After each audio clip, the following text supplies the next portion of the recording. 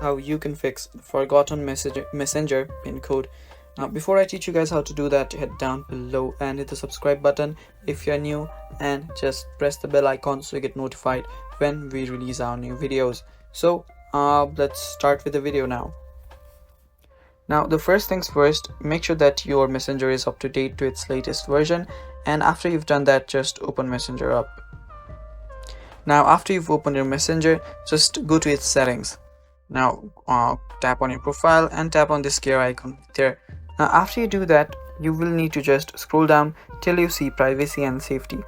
Tap on privacy and safety, and under there you will see the security section where you need to go to end-to-end encrypted chats. Now let us tap in there, and after that just tap in message storage, and right there you will see an option on how you can sync your chat history. You'll see the option to reset your pin. Tap on reset pin, and right here you will be able to just reset the pin altogether. So make sure that you're on your main device. You cannot do this on a new device that you've just logged in your messenger. So yeah, just make sure that you're in your main device, and from there you can reset the pin. And yeah, that is all for the video, guys. That is how you can recover your forgotten messenger pin code. Thank you for watching. Stay tuned for more, and bye bye. Take care.